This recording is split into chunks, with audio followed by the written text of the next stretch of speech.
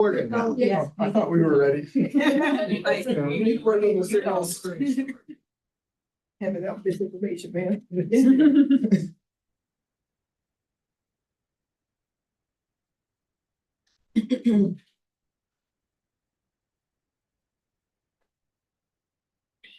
Great. Well, welcome everyone to the NBTA Finance Committee of September 11, 2025.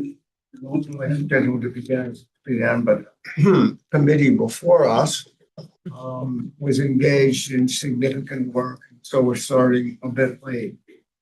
I want to welcome everybody and thanks for all the work that goes on between meetings to make these meetings worthwhile. I also note that because of some medical treatment I'm undergoing, I may sound weird and hopefully my thoughts weren't weird. So That'll be different. yeah,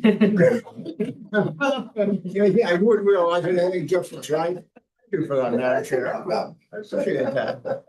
I knew I came here for a reason. So do we have a quorum? Do we need to do a roll call, Michael?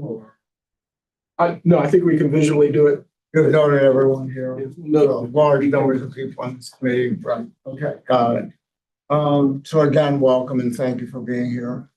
First time on the agenda is the approval of June 12, 2025 draft meeting summary minute. Comments. I entertain a motion to. Second. Saying aye. Aye.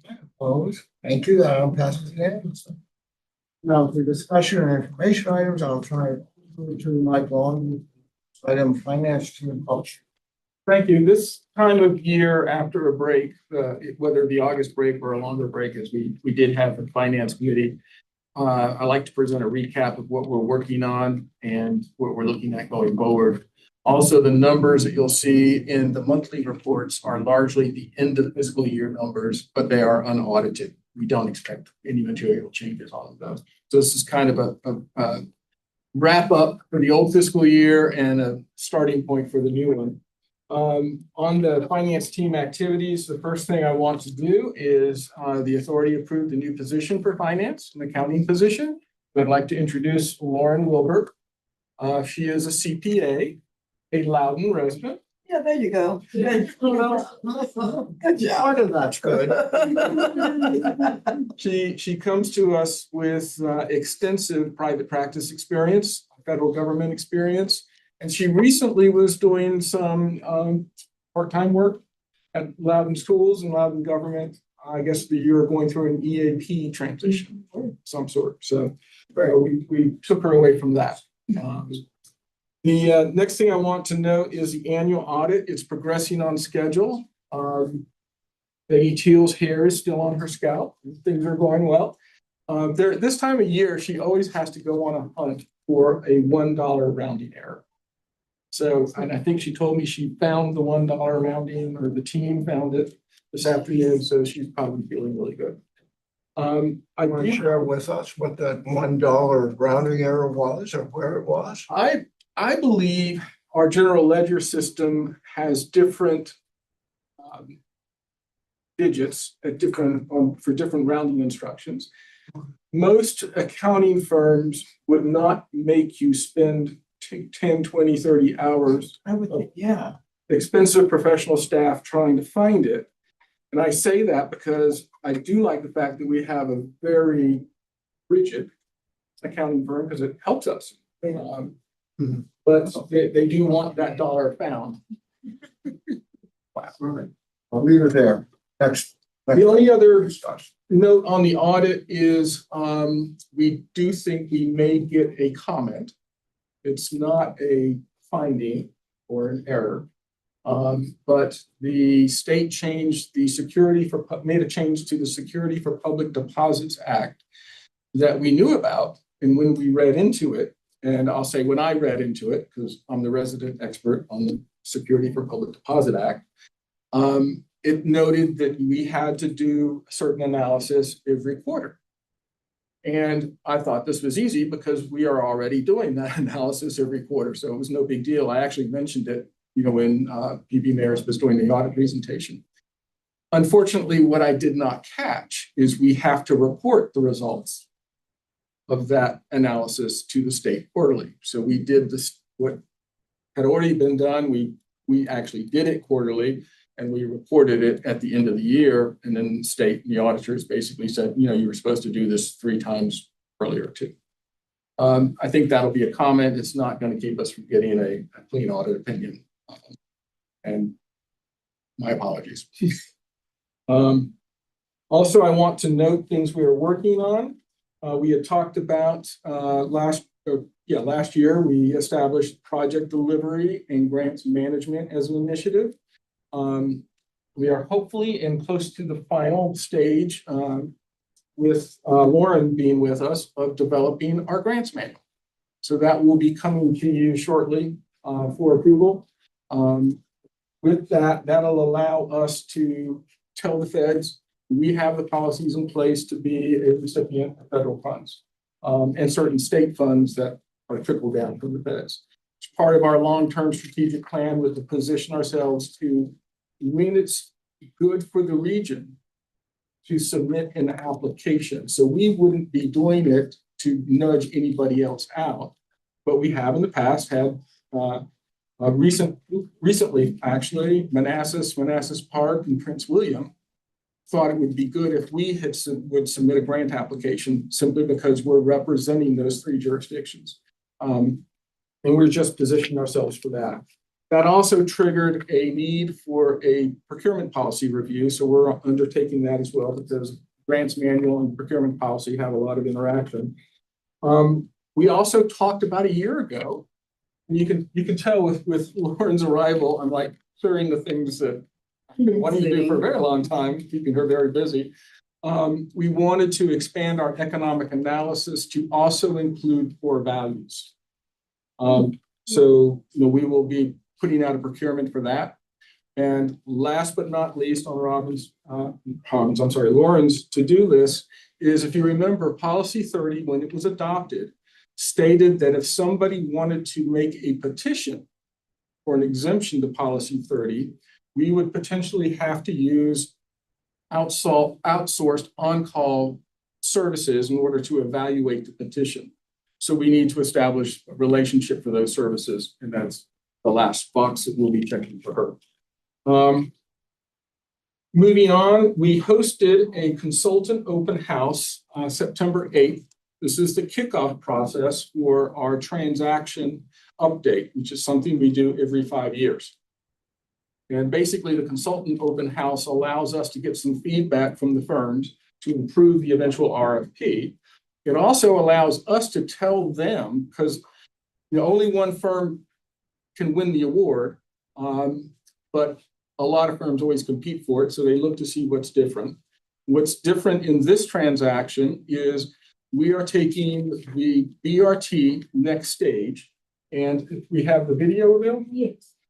We're going to run a video that was done with the consultant and our in-house communications folks.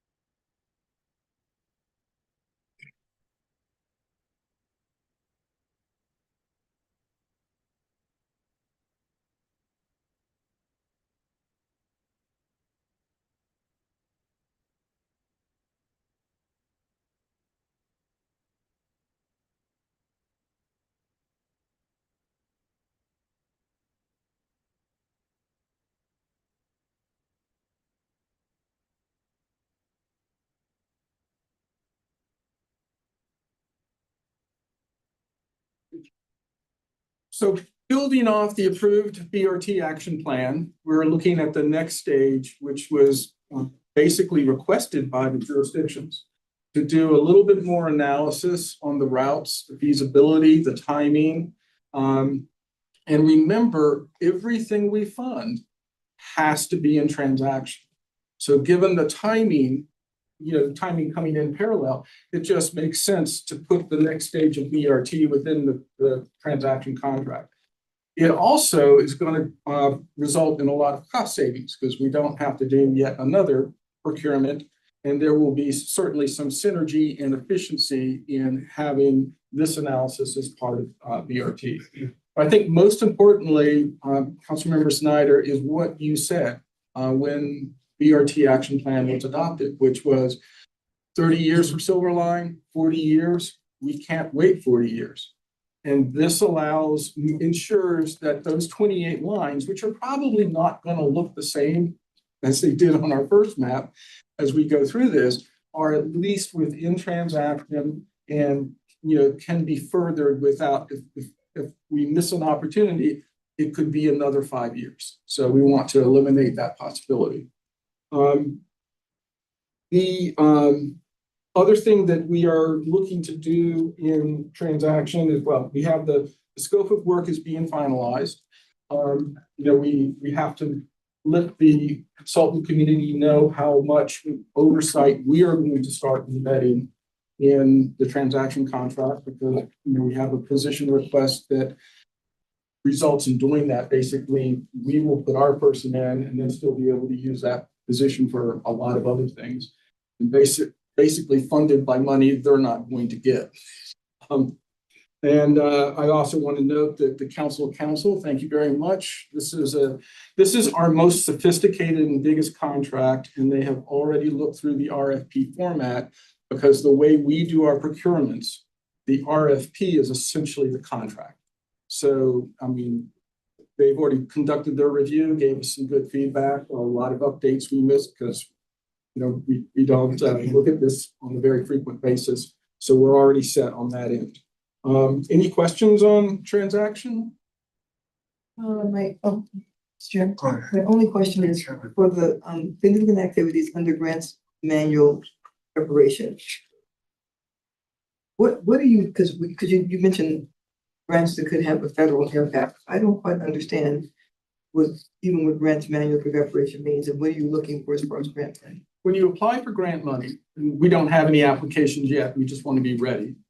Okay. You have to tell the sponsoring agency if you have policies in place to manage grants. And that's essentially what we're putting in place. We're not going to try to get any grants that would involve personnel, would we? I don't see any coming, no. Okay. And if usually a grant, if a person comes with a grant, it's usually a time limited person. Yeah. Just don't trust that it's federal money, right? And again, I want to emphasize any grant application that we do would be worked out with the member jurisdictions, your staff, to make sure that our presence in the process is additive, not competitive. Any other questions? I do have one. It would be really good to bring NVTC, both visually and behind the scenes involved in this process. So I'm not sure what they're involved in. A little bit about that. NVTC is one of many organizations that we collaborated with in the prior BRT, and will collaborate with in the future. Okay. Because I saw at one point on the video, the logos of different organizations, and I didn't see NVTC. And NVTC is not just another organization. I mean, some of us serve on both, and somehow its status needs to be recognized in the midst of this. Yes, it's one of other organizations, but it occupies that space for two reasons. Number one, it has an active BRT project, the first and the second one, and it actually is engaged in both of the BRTs that exist now. And And secondly, in its general mission, it overlaps with NVTA. I mean, I think this is a very powerful, I don't know whether you call it a partnership or what you call it, but it would be helpful to give NVTC more recognition. It's apparently getting. Now, maybe I missed it. You know, you can point that out to me. I think the video focused on operators. Right.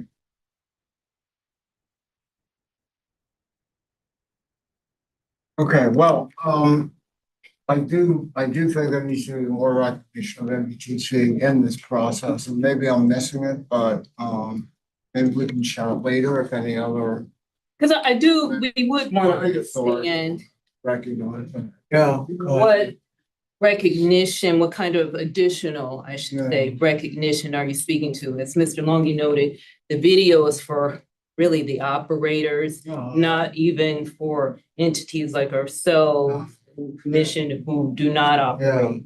So I guess we can talk offline on the type of recognition you're looking for. It's just recognizing that there's another body, governmental body in Northern Virginia that is working on projects and is partnering very closely with NVTA so that there's no, we understand fully what each is contributing to. That would be my major point. So maybe we can talk more and well offline on that. If anyone else has any questions or concerns, anybody else? I'll wrap up then with what we're doing. What I forgot to say is it's really a great initiative. I forgot to say, and thank you, Chair Bachman. Thank you, Michael. Great initiative. Anyway, go ahead. In looking at our revenue estimates, because we are working on the revenue estimates now to support the 2-year update to the 6-year program, a couple of things kind of gelled in my head. And this is going to be part of our discussion at least. When we talk about a 2-year update, we're talking about 30-31. And this goes to the GPC discussion about the recognition now that if our revenues cut, we will have to cut projects. What your finance team, when we add 2030 and 2031 are doing is we are now managing a multi-billion 17-year revenue stream. The pipeline for us to fund these projects goes from our oldest approved project to the projects that will be approved for 30 and 31. That's a 17-year period. Just to give you an idea of the seriousness that we recognize in doing this, especially as we face the economic times we're facing. Jerry, may I ask a question about that? So, when you, is it, I didn't know that, and I should know that. Well, it just dawned on me too. Maybe I should have known that. But you're saying, so when you're saying our oldest projects, you're not talking about, because really it's a 6-year program out. So you're going back to projects that were approved or in pipeline and but just haven't been completed yet. And if you take all those, so the 17, a lot of that is time behind us, not time in front of us. Yes, but Okay. we still have to Alright. make sure that even though the That it's project may be counted for. running late, we still have to make sure its money's there. I understand. Okay, thank you. So Go ahead. So we are doing we do the revenue estimates and we do the PAYGO analysis. And I can already tell you 2030, 2031, the request is approximately 1.3 billion. We will probably have one of the best funding levels for the 2-year update than we've had in the past, simply because of some of the things we've been able to accomplish.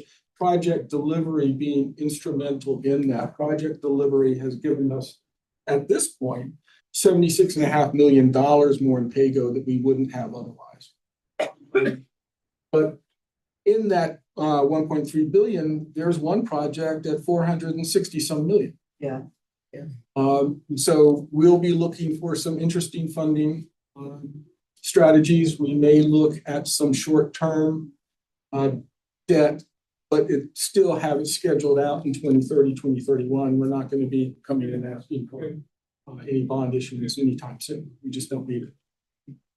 But I think presenting those options is going to be a very instrumental part of the upcoming revenue estimate and pay-go analysis. I'm almost a little nervous about that, because this was some of the discussions we were having in 2018 when, right, so I almost want to take all that money right out the door as fast as possible to get what, Well, we need the project delivery.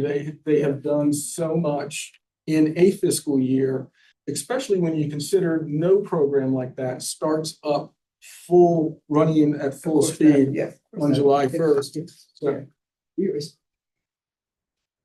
with that, that's my update on the finance committee. Long-term, kind of summarize again where we'll be in 2030, 31 or 32. I'm sorry. Summarize where you think we'll be in 2030 and 32. Summarize that. Well, we are going to, as we've already projected, we're going to go through a recession. I think I would characterize, as I've said before, when I look at the economic data that we watch for the investment portfolio as well as for the revenue estimates, I've characterized it as uncertain previously. And I would have to say now it's uncertain with a negative outlook for approximately 2 years. And we're, Financial person is saying I'm that. sorry, go ahead. Every Madam financial person I'm talking to is saying that. I'm trying to get somebody who knows better, who's saying something different, but everyone is saying we're headed toward a recession. Okay. And what's the general cause attributed to that? Federal uncertainty. I mean, one of the things that I'm very cognizant of. Okay, want this out on the record, what people, what the experts are saying. Go ahead. Is the legal battles for tariffs, whatever you feel about tariffs, the legal battles for tariffs are not going in the administration's direction. Tariffs have already put billions of dollars into the federal government. And if they get undone, especially if they get retroactively undone, what we are seeing now changes very dramatically. And of course, these are by no means settled legal issues on the tariffs. It's just the Supreme Court and other courts are choosing not to pick up opposing appeals and opposing, I guess, litigation. I'm not the attorney, but I'm kind of struggling through describing that. But I'm just saying it's clear some of these tariffs may be successful, some may not. Some of them are going to lead to the decision by the courts as to whether or not a president has the ability to do some of the things that have actually been done. And maybe if you can pull it out from any of our project teams, but what is the impact of tariffs on examples? Well, a tariff is a tax, and a tax raises costs. Some of it will be absorbed overseas. Some of it will be absorbed by domestic corporations. But ultimately, it Pass on, yeah. a net cost. But where I'm going is in this project, building a road here, I think the impact of tariffs has been X, Y, and Z. If that's possible, and I know it's difficult, but I'd like to make it, if I could use the term concrete, for folks to understand the numbers. We all understand, we're on this committee, whether we like them or not, we deal with numbers. But a lot of folks out there really don't sort of understand the impact. And so if it's possible to give several examples in the future, that would be great. I have my eyes open for those, and there's a lot of data points I track. Yeah. But none of them are what I would call concrete. Right. Well, maybe the next meeting. I'll keep my ears open for an economist who will actually give a concrete prediction. But there's just so much uncertainty. There's so much uncertainty. Okay, go ahead, Madam. I have some great news for you, Phyllis. JP Morgan has lowered their probability for a recession from 60% to 40%. So yay. There you go. 40% chance. Actually, not bad. That is some yay, because I've had What I will say for our funding stream, we do have a very good ability to make our estimates on pretty solid knowledge for our funding stream. But the cost of materials, I mean, one of the things that is occurring now, a big material, big raw ingredient for transportation projects is petroleum. And petroleum may go through a massive price decline. We're actually seeing, and we can watch this on Bloomberg, super tankers are starting to be used as storage tanks. They're not moving, but it's so costly for the extractors and the refiners to store product or to shut down their operation and then restart it. One of the things that the market has traditionally done before a large decrease in petroleum prices, and I'm not predicting it, but this is an ingredient that we buy, is when the tanker fleet starts to become immobile, but their tanks are full. And what they're doing is petroleum companies at different levels are keeping the product out of offshore to introduce a level of scarcity. At the same time, other parts of that industry are saving money by not shutting down operations that they haven't restarted. So, Okay. Yeah. I'm sorry, I didn't mean to cut you off. Go ahead. no, that's my recap on the finance team activities. Okay. One other thing, when we report on this, also please report on what we're doing to protect our funding stream, or whether our funding stream is protected. Well, I will go into some of that once we recap the revenue. Bad things, but what are we doing to defend ourselves against those bad things? Yeah. Okay. Thanks. Any other questions or comments? Okay, next item. Go ahead, Michael. Then the next item is about the investments. So I'm going to draw your attention. Miss Sen, I'm sorry. Sorry. I'm going to draw your attention to the maturity range chart. So the blue bar out here represents the securities as of fiscal year end 6/30, and the orange bar represents securities as of 7/31, July 31st. And as you can see, our shift has focused from short term to long term, and the strategy behind this is to preserve the yield in a falling rate environment. I also had this 5-year maturity chart handout that actually shows the yield that's spread across the future maturities. So out here, the 2, 3, and the 4-year bucket provides core stability to the portfolio. And all are yielded at 4-5%, which is almost rare to get by now. And I want to also make a note is that the portfolio will also move along with the market. It will not be as aggressive as the market is, but it will still move with the market. So when the market rebounds, the portfolio will also rebound. I think to answer your question, Councilmember Snyder, if you look at that orange or gold bar, by moving the portfolio out to a longer maturity, the difference between, and this is time-based, it's not really as much dollar. The difference between the end point on the blue bar and the end point on the gold bar, as Deb had said, interest rates are going down. It's definite. I mean, it's the question is whether their September cut is going to be 25 basis points or 50 basis points, but they are going down. By having those longer maturities, we will be earning, as Deb pointed out on the chart, in the 5% range and the 4% range, even when the market has gone down half a point. It'll probably go down 1.5 or 1.5% between now and this time next year. So that's part of our protection strategy. So the next slide is about the Fed Reserve dot plot. Talking about what Mike was saying, the same thing is that each of these yellow dots represents the Federal Reserve member and their prediction of where the future rates would be. So as you can see, there is a downward trajectory of where the rates are going in the next few years. So based on that, like Mike said, that the Feds are also expecting to cut rates next week, and they are going to cite mostly the weakening labor market. Along with that, the bonds yields are also going down, and this is another indication of a rate cut. So And that's the other reason why we are actually going on the longer term to preserve the yield in the falling rate environment.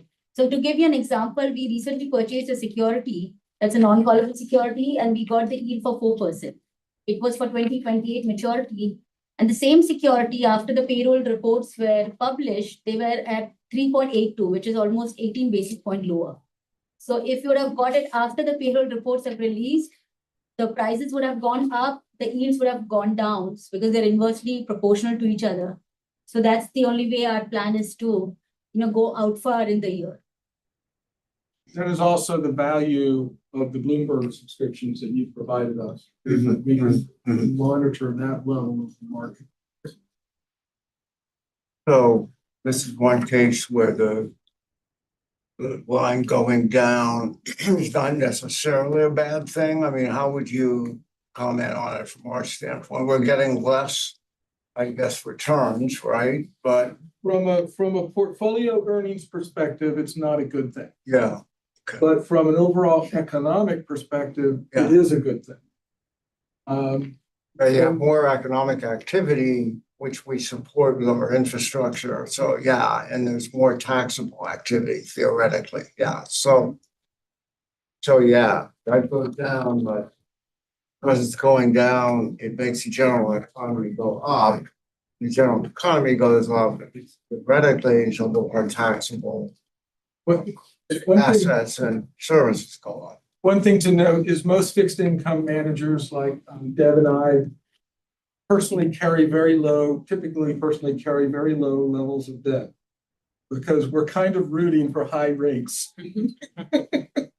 But, that obviously impacts, car loans, mortgage rates and stuff like that. Mhm.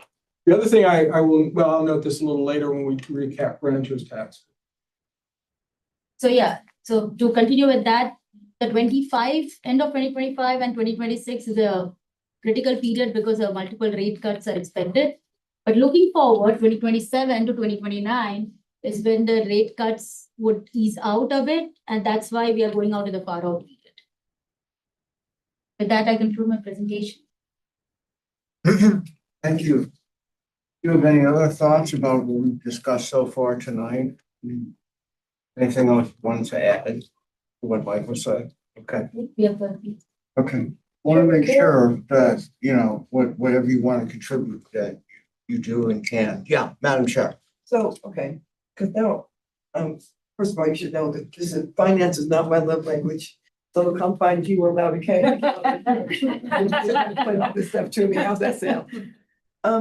So we've said that the gas prices basically are gonna go down. We said that the tariffs have put lots of money in the economy. I'm sorry, to fine tune that, the tariffs have taken money out of the economy, but put it in the Fed's bank account. Now, question answered, I'm cool, thank you. I was so confused by that, okay, thank you, but yeah, thank you. If we're gonna get a rate cut next week, and that's mostly based on job loss. Yeah. Okay, An interesting thing to note is you look at the jobs numbers, especially for the DC area. Most of the folks who are under federal cuts are still on the payroll through the end of this month. Right, that's right. Yeah. Next. they took the pay out. And statistically, We haven't seen they're it not yet. showing up. Yep. What if we just keep firing the people who actually give us the job numbers? We okay then? Well, we do need some numbers. We need them to be real.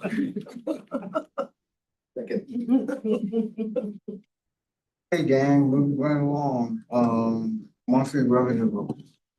Yeah, I'm gonna move relatively quickly through this because we're getting short on time.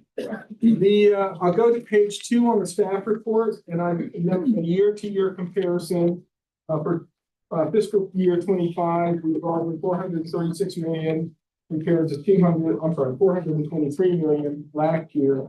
So that's a $12.7 million increase.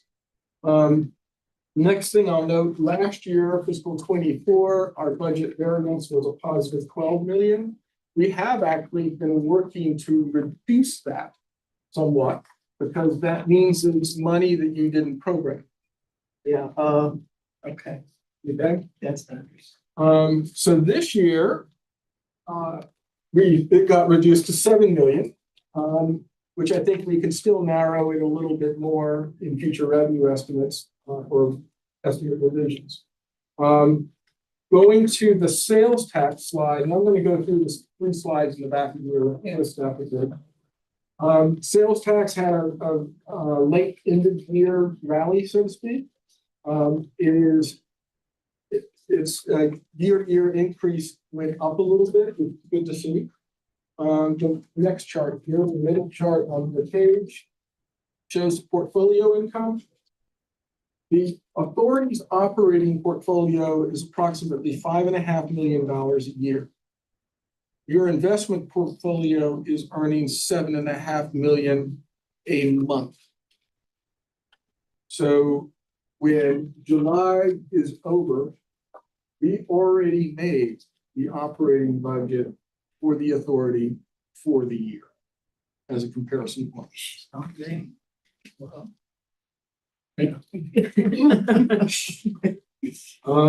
The next slide is grantor's tax. And to Councilmember Snyder's point, if you look, you see a slight rally in grantors right in the last month of the year. And this is where grantors get strange. I've said all year that grantors is based on the value of the transactions and the quantity of the transactions. The quantity of the transactions has not really changed. However, what is occurring, or it's changed, it's gotten a little bit better. But what is happening is sellers are making concessions. So, which is driving the increase in transactions. So Sellers are making concessions? sellers are making concessions. Because there aren't as many buyers on the market right now. But we've been told that time and time again, even like yesterday, the Brookings Institute said it was still very much a buyer's market. It is a buyer's market for middle and higher level properties. The sellers are making concessions in ways that aren't showing up directly on the sales price. With the change in the real estate broker fee structure, they're absorbing the buyer's broker fee, they're absorbing settlement costs, they are waiving inspections, they are doing everything that tells you that sellers writ large are getting uncomfortable holding their properties. And while this is a good thing for grantors because it ultimately drives up the level of transactions, even though they are at a smaller dollar value per transaction, there's enough increase in the number of transactions that the overall revenue line goes up. What it doesn't harbinger well for local governments, because I've been doing local government finance for 40-some years, is it will impact your real estate assessed values. Those concessions, your real estate assessment offices are sophisticated enough to spot those non-price concessions as still being part of the transaction. So on that cheery note, but we ended the year well on all of our numbers. I'll just briefly mention the operating budget. Through the end of the fiscal year, we only utilized 82% of that budget, but most of that is because we had large one-time contracts in there that haven't fully spent out yet. I do want to note all of the budget lines ended positive, and obviously we never came to you during the fiscal year and asked for any type of budget adjustments. And that concludes all of my presentations.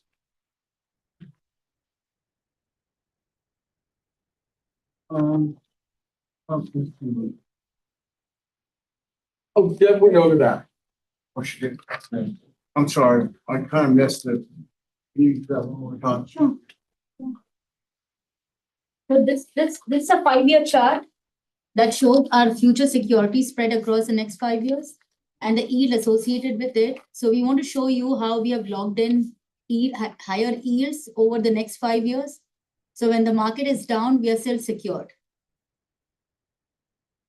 We will be earning outsized earnings for several years compared to the market dip because we bought securities that are going to be paying 4% and 5% for 1.5 to 2 more years.